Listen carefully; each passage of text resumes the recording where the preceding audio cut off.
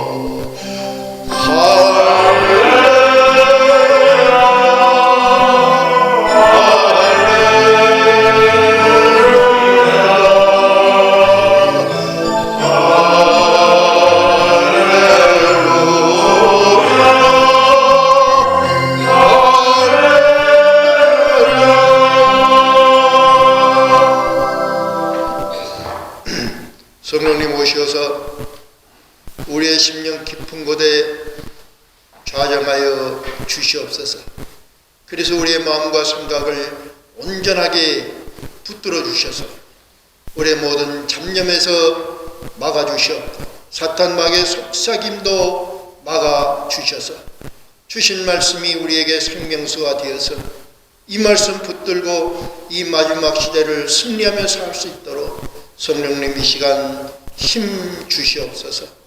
부정한 종은 십자가 뒤에 가려주시고 허락하신 말씀만 온전하게 전할 수 있도록 성령님 도와 주시옵소서.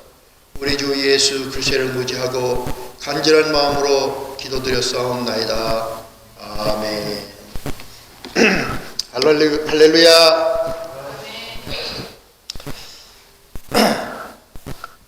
오늘 제목이 예수님을 만납시다 하는 소제목을 가지고 정말 우리 모두가 예수님을 만나야 된다 하는 간절한 마음을 일주일 내내 기도를 했습니다. 오늘 김은하 집사님 오늘 대표기도 하면서도 말씀한 그대로 예수님을 말하면서 예수님을 만나지 못한다면 또 우리가 신앙생활 하는데 우리 마음속에 예수님이 빠졌다면 얼마나 슬픈 일일까, 얼마나 허망한 일일까 하는 생각을 해봅니다. 그런데 한번 우리 생각해봐요. 우리 각자가 정말 내 마음속에는 예수님이 내 삶의 중심이 되고 있는가. 교회로 오는데 예수님을 만나자, 예수님을 만나야만 된다 하는 기도를 하면서 교회를 오셨는가, 이런 거 우리 한번 생각해 보면서, 마지막 시대입니다. 다시 오실 예수님에 대한 확신과 그리움이 가슴속에 없다면 아무리 성경을 공부를 하고 아무리 기도를 해도 우리에게는 아무 의미가 없을 것입니다. 그래서 오늘은 정말 우리 진지하게 예수님을 만나자 하는 마음을 담고 말씀을 상고하기를 원합니다. 지난주에는 계시록 1장 1절부터 8절을 통해서 천사가 사도 요한에게 반드시 그리고 속히 될 일을 보여주셨습니다.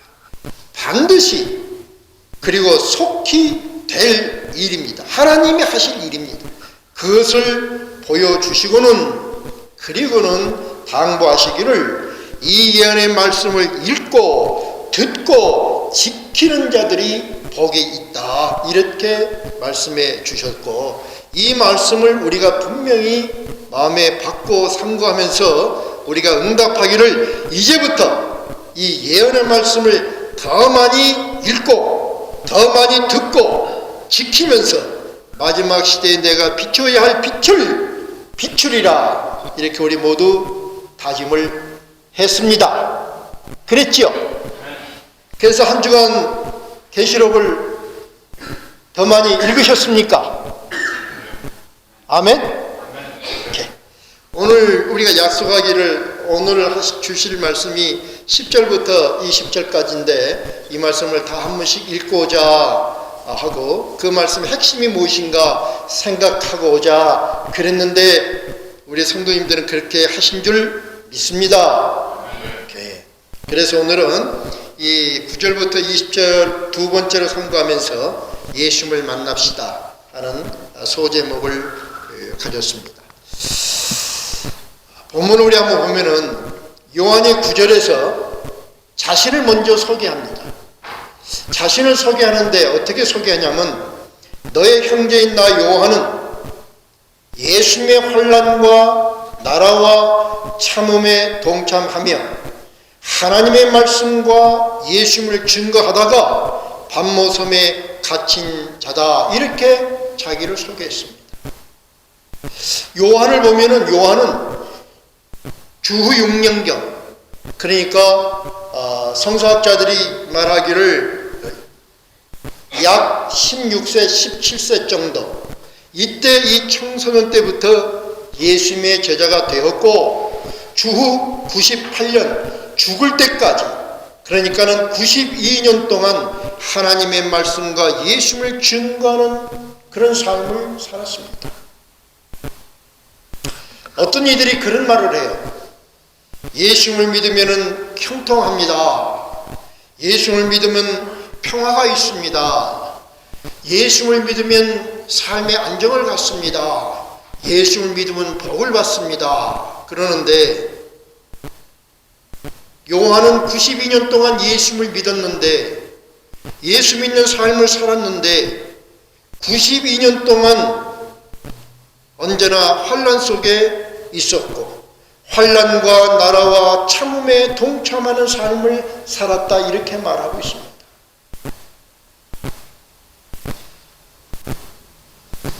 다시 말하면 그 삶은, 신앙의 삶은 언제나 예수님을 증거하고 하나님의 말씀을 지키는 그런 삶이었는데, 그 삶은 평강과 평화가 아니라 환난 속에 있었다. 요한은 이 환난을 피하지 아니하고 환난에 동참했다. 그리고는 하나님의 나라를 생각하면서 인내하는 생활이었다. 이렇게 신앙의 삶을 정리했어요. 신앙의 삶은 이런 것이라고 저는 믿습니다. 오늘 저는 이렇게 정리를 해봐요. 참 성도는 말씀을 지키며 예수님을 증거하면서 환난을 살아내야 하는 그런 사람들입니다. 동의하시면? 복된 삶이 아니라 예수님을 증거하면서 환난을 살아내야 하는 그런 사람들이 성도의 삶입니다. 참 성도는 세상과 타협할 수 없기 때문에 밤모섬 같은 환경적으로 고독한 사람들입니다. 동의하시면? 세상과 섞일 수가 없기 때문에, 세상에서 안정을 얻고 세상에서 위로받을 수 없는 예수님의 사람이기 때문에, 요한이 밤모섬에 갇혔던 것처럼 어쩌면 우리도 영적으로 환경적으로 때로는 고독한 삶을 살 수밖에 없는 이런 모습이 우리의 성도들의 모습이다. 그러나 그 성도의 삶 중심에는 무엇이 있는 거 아니? 주님의 날이 있고 예배가 있는 사람들이다. 우리 삶의 중심에는 세상의 어떤 희로애락이 아니라 우리의 삶을 위로하고 우리가 힘과 용기를 얻는 그날은 우리에게 주신 주님의 날, 그 안에 예배가 있는 그것이 중심된 삶이다. 이것이 성도의 삶이다. 이렇게 정리를 해봤습니다. 요한도 귀향처 밤모섬에서 주의 날을 지키며 예배를 드렸습니다. 10절에 그는 이렇게 말을 합니다. 주의 날에 내가 성령에 감동하여 내 뒤에서 나는 나팔소리 같은 큰 음성을 들었다 그랬어요. 여기서 말하는 주의 날은 우리가 모든 성경의 주의 날을 로드스데이라고 말합니다. 그런데 이 본문에서는 큐리오케 헤메라, 이 언어가 사용이 됐습니다. 이 큐리오케 헤메라는 특정한 날, 특별한 날이라는 뜻을 가지고 있습니다. 다시 말하면 이 로드스데이, 주님의 날이, 이 날은 큐리오케 헤메라, 특정한 날이요 특별한 날이라는 의미를 갖는 것입니다. 특별한 날, 주님의 날, 그날은 예수님을 찾는 자들에게는 특정된 날이요 특별한 날이다. 이 큐리오케 헤메라를 여러분이 한번 기억해 볼 수 있기를 바랍니다. 왜 그런 거 아니? 예수님을 증거함으로 환난을 겪고 세상과 타협할 수 없기 때문에 밤모섬 같은 환경적 제한을 받는 그 성도들, 그래서 위로와 소망이 필요한 고독한 예수님의 사람들을 예수님이 만나주시는 특정된 날이요, 뿐만 아니라 성령님의 감동으로 예수님의 음성을 듣는 그런 특별한 경험을 하는 그런 날이라고 말씀한 것입니다. 이 특정된 날에 성령 충만으로 예수님의 음성을 듣는 그런 특별한 날이 여러분의 주님의 날 주일이 되시기를 주님의 이름으로 축원합니다. 축원합니다. 자, 이 주님의 날, 이 특별한 날, 특별한 경험을 했는데 어떤 경험을 했는가 하니, 요한이 예배 중에 나팔소리 같은 큰 음성을 들었다 그랬습니다. 나팔소리 같은 큰 하나님의 음성을 들었습니다. 우리 성경에 보면 이사야가 오랫동안 예배를 드렸는데 어떤 특정한 그 날, 그 특별한 날에 예배를 드리다가 앞을 보니까 성전에 가득한 하나님의 모습을 보았어요. 연기가 자욱하는 하나님의 놀라운 영광을 보았어요.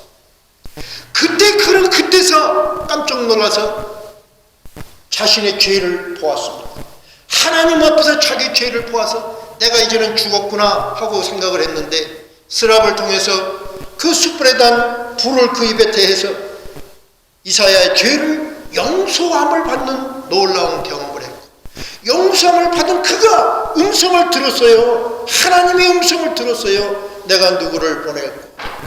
이 하나님의 음성을 듣고 비로소 이사야가 응답을 했습니다.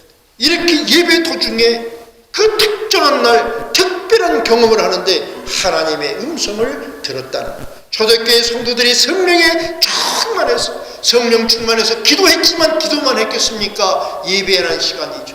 그 특정한 날 특별한 경험을 한 것이 어떤 경험이었어요? 성령 충만을 받았다는 것을 우리가 생각합니다. 여러분, 하나님은 언제나 자기 백성을 불러주셨고 지금도 부르고 계신 줄 믿습니다. 믿으십니까? 하나님은 아담을 부르셔서 뭐라고 말씀하냐면 죄짓고 숨어버린 그 나무 그늘에서 아담아 아담아 나오라 이렇게 부르셨어요.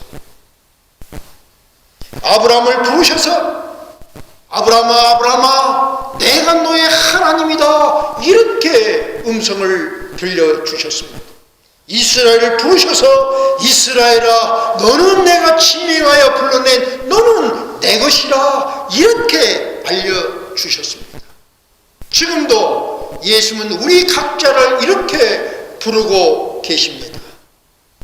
예수가 우리를 부르는 소리 건성 부드러워 문 앞에 나와서 사면을 보며 우리를 기다리네. 믿으십니까? 지금도 우리 주님은 우리를 부르고 계세요. 그리고는 우리를 기다리고 계세요. 책망하려고 부르시는 것이 아니고 벌 주려고도 부르시는 것도 아니고 더 좋은 것을 주시고 더 많은 것을 주시고자 애타게 부르시고 그리고 기다리고 계십니다. 이 부르심을 듣고 여러분의 지정의가 온전하게 예수님께 돌아서는 결단이 있기를 우리를 부르시는 예수님의 이름으로 축원드립니다. 요한은 예수님의 음성을 들었습니다. 음성을 들었는데 그냥 듣고 있는 것만 아니라 12절에 보니까 몸을 돌이켰다 그랬어요. 반응을 했다는 거예요. 부르심에 반응을 했어요. 몸을 돌이켜 말한 음성을 알아보려고 했더니 반응을 했더니 그러자 음성을 듣고 반응을 하자 예수님이 보여줬습니다. 할렐루야. 지금 예수님은 성전에 계셨는데 요한이 예수님을 보질 못했어요. 음성을 듣고 반응을 하니까 그 자리에 계신 예수님이 보여진 거예요. 그래서 예수님을 보았어요. 그렇게 우리가 보고 싶었던 뵙고 싶었던 예수님의 모습인데 그 예수님의 모습을 우리 함께 상상해 볼 수 있기를 바랍니다. 첫 번째 보니까는 발에 끌리는 옷을 입으셨습니다. 제사장인 예수님이었습니다. 가슴에 금띠를 띠셨습니다. 왕이신 예수님이었어요. 그 머리털의 희기가 양털 같았다 했습니다. 성결하신 예수님의 모습을 보았습니다. 그 눈은 불꽃 같았다 했습니다. 죄악을 살피시고 심판하시는 그 예수님을 보았어요. 그 발은 푸름에 단련한 빛난 주석 같았다 그랬습니다. 어떤 모습이에요? 강하고 강하신 그 주님, 그 예수님의 모습을 보았습니다. 음성은 많은 물소리 같았다 그랬습니다. 불가항력적인 그런 예수님. 오른손에는 7뼈를 붙잡고 계셨는데 그 주님을 보니까 그 주님이 어디에 계신 거 아니 교회를 붙들고 계신 그 모습을 보았습니다. 그 입에는 좌우에 난성검이 있었습니다. 그 교회에서 말씀하시는 그 예수님의 모습을 보았습니다. 그리고는 보니까는 그 얼굴은 해가 힘있게 비치는 것 같았다 했습니다. 하나님의 영광이 가득한 그 모습, 범할 수 없는 그 영광의 예수님의 모습을 비로소 보았습니다. 이사야가 하나님의 모습을 보고 쓰러졌던 것처럼 요한도 그 예수님을 보고는 순간적으로 그 발에 엎드려져서 죽은 자같이 되었다 했어요. 17절을 보니까는 그때 주님은 요한에게 오른손을 얹어주시며 두려워 말라 나는 처음과 나중이니 곧 산자라 내가 전에 죽었음노라 볼지어다 이제 세세토록 살아있어 사망과 음부의 열쇠를 가졌노라 이렇게 요한에게 예수님의 자신을 다시 설명해 주십니다. 이 음성을 들은 요한이 정신을 차렸어요. 그리고 예수님이 계신 곳을 자세히 봤어요. 이제 예수님을 보고는 죽은 자 같았는데 그 말씀을 듣고 다시 살아났어요.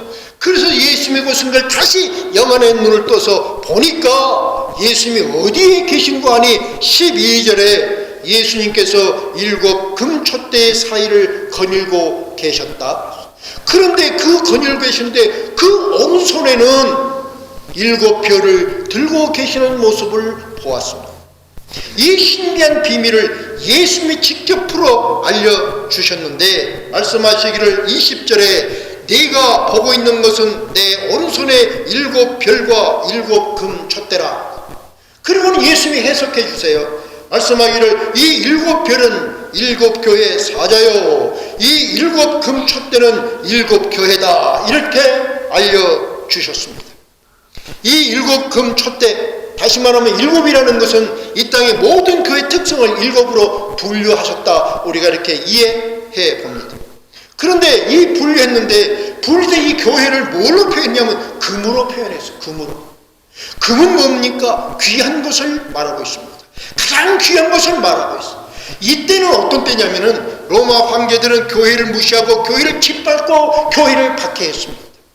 세상 사람들은 이 성도들을 무시하고 멸시를 한 그런 때였는데 예수님은 교회를 금이라 이렇게 표현을 했어요. 예수님은 예수의 피의 값으로 산 백성들이 모인 교회를 금과 같은 귀중하고 소중한 존재라 이렇게 분명하고 확실하게 말씀을 했습니다. 뿐만 아니라 교회를 촛대로 표현을 했어요. 촛대는 무엇입니까? 촛대는 불을 밝히는 도구, 다시 말하면 교회의 사명, 곧 역할을 말하고 있어요. 교회는 금과 같이 예수님에게 귀한 존재예요. 그 교회의 사명은 뭐냐면은 불을 밝히는 도구인 것을 분명하게 말씀해 주셨습니다. 다시 말하면 교회는 세상에 예수님의 빛을 비춰내는 역할이 있는 것이요, 교회는 세상의 어둠을 밝혀내는 사명이 있는 것인 것을 예수님이 알려주셨습니다. 그래서 예수님이 또 말씀하시기를 너희는 세상의 빛이라 너희 빛을 사람 앞에 비추게 하여 너희 착한 행실을 보고 하늘에 계신 너희 아버지께 영광을 돌리게 하라. 이 말씀을 해주세요. 이 말씀이 지상의 명령이에요. 우리가 아는 것처럼 마태복음 28장 20절에 너희는 가서 모든 족속으로 제자를 삼아 아버지와 아들과 성령의 이름으로 침례를 주고 내가 분반 모든 것을 가르쳐 지키게 하라. 이 말씀이 지상 명령이 아니라 이 말씀은 지상 사명을 이해하는 방법을 알려주신 거예요. 우리에게 지상 명령은 뭐냐면 너희는 세상의 빛이라, 이 빛을 세상에 비춰라. 이것이 명령이에요. 그리고는 그 방법은 우리가 제자를 삼고 침례를 주고 분반 것을 가르쳐서 그들의 삶을 말씀으로 지킬 수 있도록 하라고 방법을 알려주신 것입니다. 그 말씀을 어디에 줬냐면은 교회에 주신 거예요. 그래서 교회는 이처럼 중요한 것입니다. 세상 사람이 교회를 뭐라고 하든, 종교학자들이 교회를 두고 뭐라고 분석을 하든 예수님에게는 금과 같이 귀하고 소중한 것이 교회라고 말씀해 주셨습니다. 이해가 되십니까?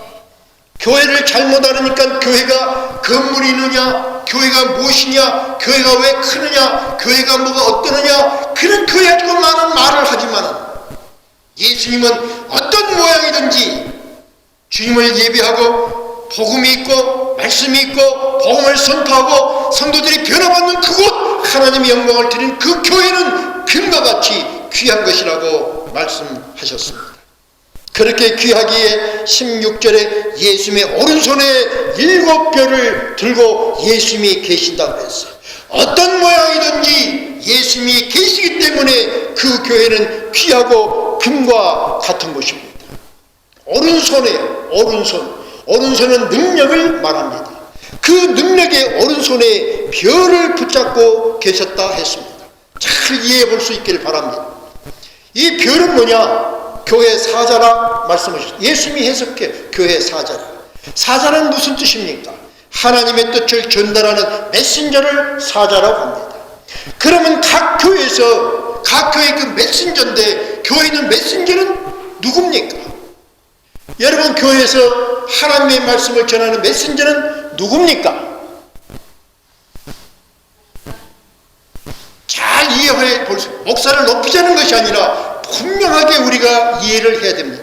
각 교회에서 말씀을 전하는 메신저는 말씀을 전달하는 목사를 의미하는 것입니다.